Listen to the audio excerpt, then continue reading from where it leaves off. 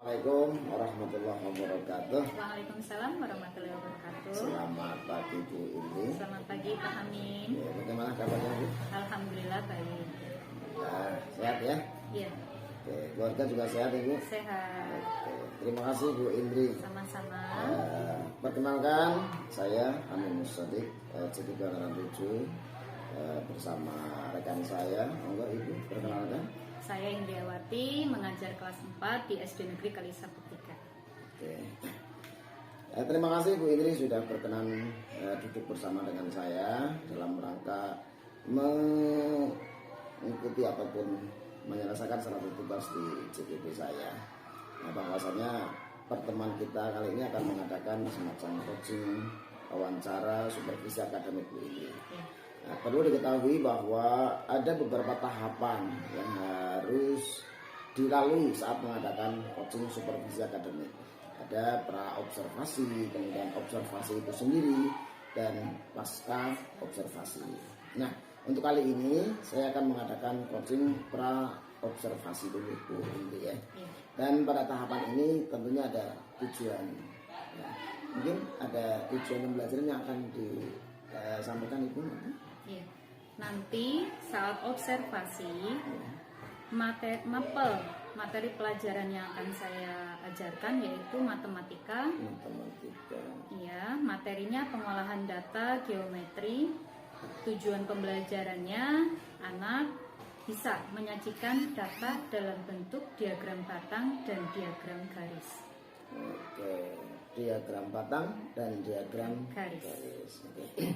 Mungkin tentang diagram batang dan diagram garis ini ya, materi yang ini.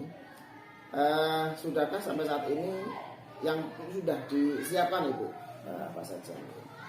Persiapan saya yaitu salah satunya membuat RPP, kemudian merangkum dalam bentuk PowerPoint, menyiapkan media alat peraga seperti sticky note, kemudian timbangan, kemudian ada lagi kertas A3 untuk membuat diagram itu sendiri. Banyak sudah ya yang disiapkan ya.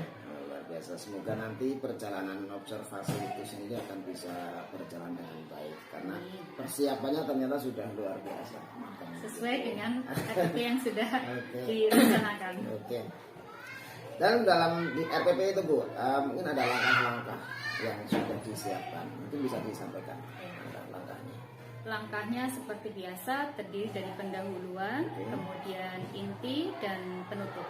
Pendahuluan itu seperti biasa guru membuka sebelum masuki pelajaran, kemudian di sana nanti akan ada persepsi ataupun pertanyaan pemantik. Kemudian guru menyampaikan tujuan pembelajaran. Itu langkah pada tahap pendahuluan. Tahap inti nanti siswa akan saya kelompokkan. Dikelompokkan untuk membuat diagram batang atau diagram garis tentang data berat badan yang nanti semua siswa akan menimbang di dalam kelas. Setelah itu, kalau siswa sudah bisa membuat diagram batang dan diagram garis, langkah terakhir penutup. Dalam penutup nanti, guru bersama siswa menyimpulkan pembelajaran, kemudian ada soal evaluasi, dan terakhir penutup pembelajaran. Seperti itu. Termasuk di situ nanti sudah gambaran kegiatan KBM itu ya di situ ya. Tadi ada persepsi, kemudian inti sampai ke penutup ya sudah lengkap gitu. Nah, mungkin dari situ itu sudah mengadakan identifikasi kemampuan anak, mungkin ada yang audio atau mungkin ada visual, kemudian kinestetik ada gitu. Ada. Pembelajaran diferensiasi di sini yang pertama kinestetik. Anak akan menempel data berat badan mereka pada papan tulis, itu kinestetiknya. Kemudian pembelajaran visualnya nanti dalam persepsi ada media gambar berupa grafik untuk merangsang anak sejauh mana mereka mengerti tentang infografis, seperti itu. Jadi anak nanti dikasih tugas begitu ya, ada mungkin lembaran sticky note untuk anak membuat atau menggambar gitu ya. Iya. Oke, kemudian ditempelkan di lembar tugas. Oke. Mungkin ada kira-kira hambatan apa yang akan muncul kira-kira nanti? Ya, hambatan jelas ada, apalagi siswa begitu banyak. Ada yang pemalu, ada yang tidak aktif. Oleh karena itu, disinilah peran guru untuk memotivasi, mengelompokkan siswa yang tidak aktif dengan siswa yang aktif, supaya mereka bisa bekerja bersama-sama sehingga melancarkan tugas mereka. Seperti itu. Oke, itu termasuk komitmen atau tanggung jawab dengan sebagai seorang guru ya, untuk mengentaskan mereka agar bagaimana semua bisa terlayani dengan baik. Betul. Oke, sehingga istilahnya tidak ada istilah anak yang paham sekali, tidak paham ya tidak paham sekali begitu ya. Artinya apa? Diusahakan untuk bisa memahami, apalagi bisa mengerti semuanya sehingga dengan materi yang akan ibu sampaikan. Betul. Oke. Kayaknya itu ibu tentang wawancara pra-observasi kali ini, nanti akan bisa kita lanjutkan kepada kegiatan observasi. Observasi langsung. Iya, Oke, siap. Ya. Demikian observasi saya bersama rekan saya Ibu Indriawati. Warahmatullahi wabarakatuh. Bagaimana kabar kalian? Alhamdulillah,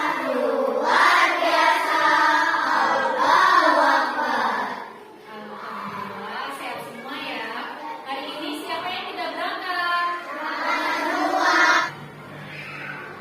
Apakah kalian pernah membaca informasi dalam bentuk gambar? Contohnya yaitu infografis.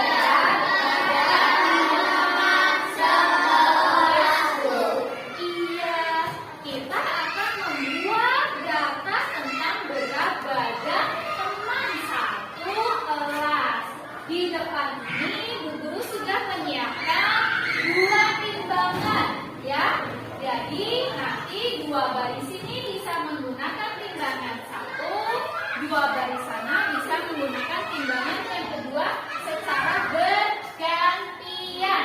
Yang tertib ya. Nanti kalau sudah maju, kamu ingat-ingat berat badannya berapa, kemudian ditulis pada kertas sticky note yang guru akan bagikan nanti. Yang kedua, catering. Jadi kakak, kelihatan tidak? Yang ini terlihat tidak? Tidak, Bu Guru kendalikan dulu. Ya, Mbak Amanda, ini angkanya 25. Kelas 4 aktif semua ya. Bisa maju ke depan. Bagaimana? Sudah terlihat dengan jelas? Nah, sekarang setelah kalian memiliki data berat badan, langkah pertama setelah mengumpulkan berat badan, kita akan membuat tabel urus. Membuat apa? Silakan dibuka bukunya, kita akan membuat tabel. Setelah kalian membuat tabel data berat badan, kita akan menghitungnya dengan cara tabel urus. Bagaimana? Kita melakukan bersama. Di-input dulu data yang paling kecil. Berat badan berapakah yang paling sedikit atau paling kecil? 23.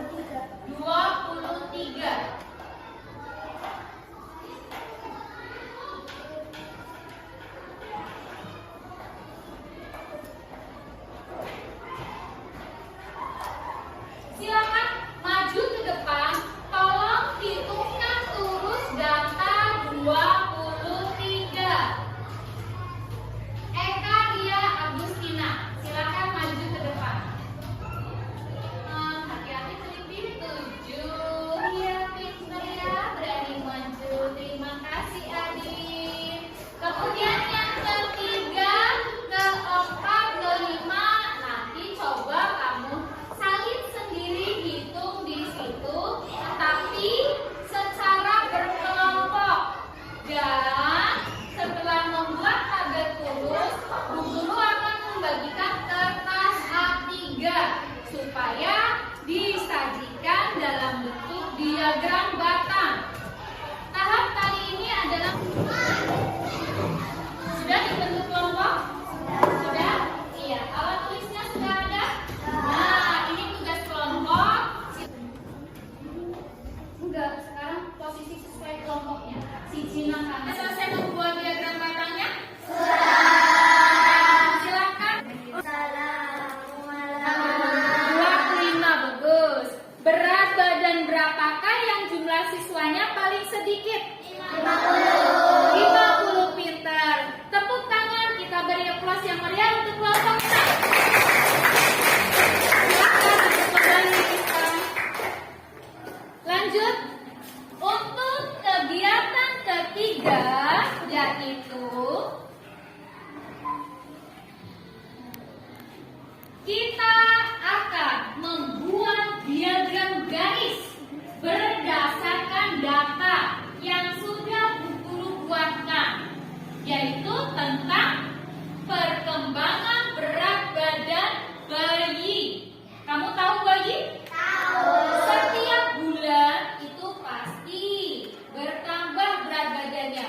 Bulan 1 berapa kilogram? 3. Bulan kedua naik atau tidak? Naik. Bulan ketiga? Naik. Bulan keempat? Naik. Bulan kelima? Naik. Nah, kita akan membuat tabelnya, tetapi sekarang dalam bentuk diagram garis. Silakan dipersiapkan kertas yang tadi Guru berikan. Datanya diberi judul diagram garis perkembangan berat badan bayi. Ada pertanyaan? Ayo kita buat bersama. Sediakan penggaris, sediakan spidol, membuat 5 identitas seperti tadi.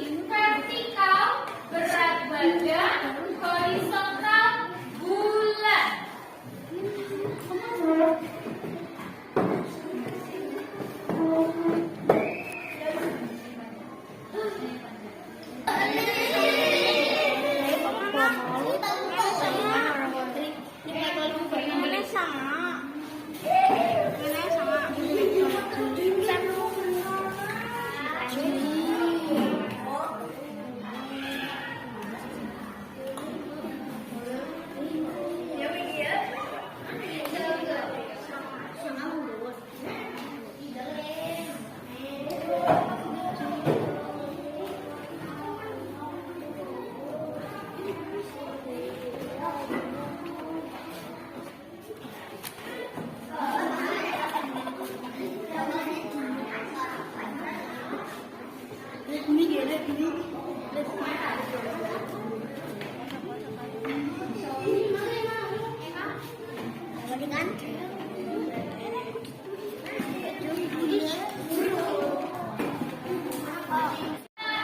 dan Raja. Kita akan membuat kesimpulan diagram garis. Nah, kali ini ada evaluasi mandiri, tetapi dikerjakannya tidak secara kelompok, dikerjakannya sendiri-sendiri. Sediakan kalian di belakangnya. Depan buat soal, belakang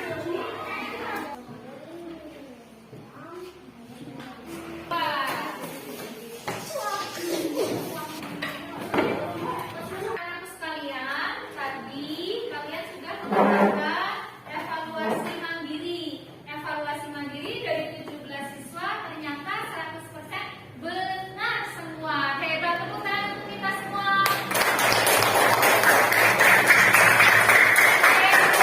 Karena kalian semuanya sudah pintar dalam membuat tabel, dalam membuat diagram batang dan diagram garis, maka langkah selanjutnya di sini pengayaan. Ada sebuah infografis, nanti Bu Guru share di grup biar ditindaklanjuti di rumah ya, karena waktunya sudah habis. Nah, apa saja yang sudah kita kerjakan hari ini? Tadi kita membuat apa? Baik, karena ini materi terakhir, persiapan untuk bulan depan, kurang lebih 1 minggu lagi kita akan melaksanakan asesmen sumatif. Belajar dengan rajin ya. Sekian dari Bu Guru. Wassalamualaikum warahmatullahi wabarakatuh. Waalaikumsalam warahmatullahi wabarakatuh. Tepuk tangan semuanya.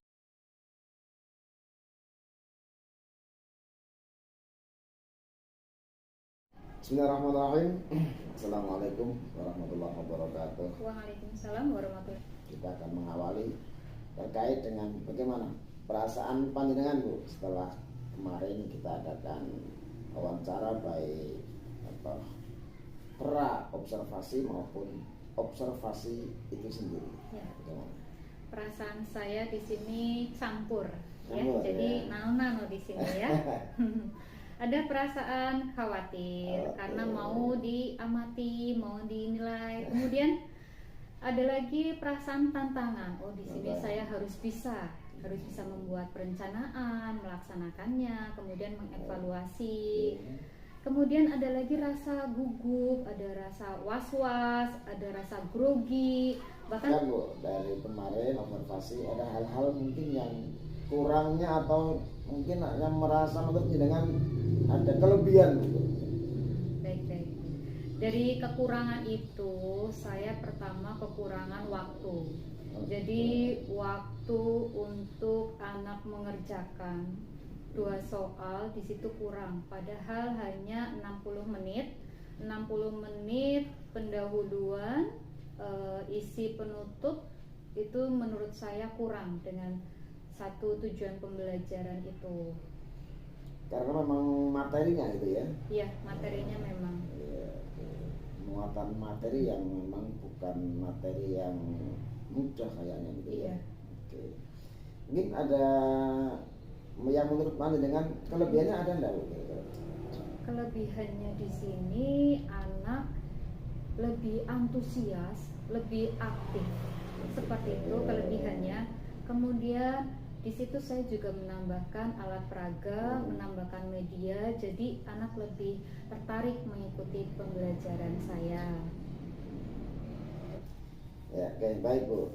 Mungkin bisa disampaikan nih hal-hal apa sih harapan yang ingin ditingkatkan ya, dari observasi kemarin, pembelajaran kemarin, apa kira-kira yang harus ditingkatkan? Harus ditingkatkan di sini kalau saya amati anak. Untuk anak itu sendiri masih ada yang kurang aktif. Iya, masih ada yang belum logika inginnya seperti ini, tapi anak masih belum maksud karena bahasa atau karena memang daya serapnya. Kemudian untuk guru, targetnya itu supaya lebih ditingkatkan lagi kemampuan baik mengajar, pedagogik, ataupun alat peraganya. Ini untuk sekolah. Bu. Oke ya. Setelah itu anak kira-kira hal apa ya namanya? Rencana Bu, rencana tindak lanjut panjenengan untuk mencapai keinginan panjenengan tadi itu apa Bu? Berarti saya harus memenuhi kekurangan saya itu. Salah satunya di media yang kurang, saya harus lebih mempersiapkannya lagi. Kemudian untuk siswa yang tidak maksud, berarti saya harus lebih intens ke siswa tersebut itu yang ketinggalan. Kemudian untuk guru mungkin saya harus minta pertimbangan, minta saran, ataupun minta pengalaman mereka yang sudah pernah menjelaskan materi tersebut jadi masukan saya. Sharing gitu ya? Sharing ya. Iya, sharing. Ya, target untuk bisa memenuhi ke depan itu kira-kira ada rentang waktunya berapa Bu? Rentang waktu untuk mencapai keinginan saya maksimal itu 1 tahun ke depan kemungkinan ya. Tapi kalau untuk memuaskan materi anak atau mencapai 100% target anak mungkin di tahun depan dengan perbedaan siswa. Kondisi siswa itu ya? Iya, dengan perbedaan kondisi siswa. Bisa jadi kondisi siswa tahun ini lebih baik atau mungkin juga malah di bawah. Kita nggak tahu ini. Nggak tahu. Iya, daya serapnya anak bagaimana ini terhadap materi. Oke. Alhamdulillah observasi kemarin sudah bisa berjalan dengan baik. Menurut saya ini umpan balik saya itu bagaimana? Saya akan memberikan umpan balik terkait dengan pelaksanaan supervisi akademik yang panjenengan lakukan di kelas kemarin. Jadi umpan balik yang ingin saya sampaikan pertama, dari awal panjenengan sudah mempersiapkan rencana pembelajaran ya, gitu ya, dengan mungkin muatan materinya sudah cukup bagus di sana disampaikan, ada tujuan, kemudian ada juga materi yang sudah ada alur perjalanan atau kegiatan yang dari pertama sampai ke penutup begitu. Artinya bahwa perjalanan KBM yang panjenengan lakukan ini sudah lumayan bagus lah begitu ya, sudah sesuai dengan RPP maupun yang diharapkan oleh pemerintah begitu. Nah, selebihnya akan saya tunggu kemudian seperti apa kelanjutan ya. Ada kelanjutan mungkin hasil yang akan diraih ketika keinginan panjenengan tadi yang telah disampaikan. Bagaimana kira-kira nanti ke depan hasilnya kira-kira sudah memenuhi keinginan panjenengan apa belum? Mungkin akan kita lihat ke depan Bu, hasil dari pembelajaran, kemudian dari kekurangan, kelebihan yang telah disampaikan panjenengan tadi akan bisa terlihat pada akhir pembelajaran nanti. Iya begitu. Sehingga kita berkomitmen, panjenengan punya komitmen bagaimana untuk menuntaskan ataupun menuntaskan materi kepada anak. Oke. Nah, saya kira cukup Ibu ini karena kita sudah di penghujung waktu wawancara pasca observasi ini. Saya akhiri sangat berterima kasih saya atas jerih payah panjenengan, kemudian bantuan panjenengan Bu ini. Tanpa ada bantuan panjenengan, apalah saya. Gitu. Terima kasih kembali. Dan saya juga sangat berterima kasih kepada Pak Hamim karena sudah menunjuk saya menjadi salah satu model ya untuk kegiatannya Pak Hamim.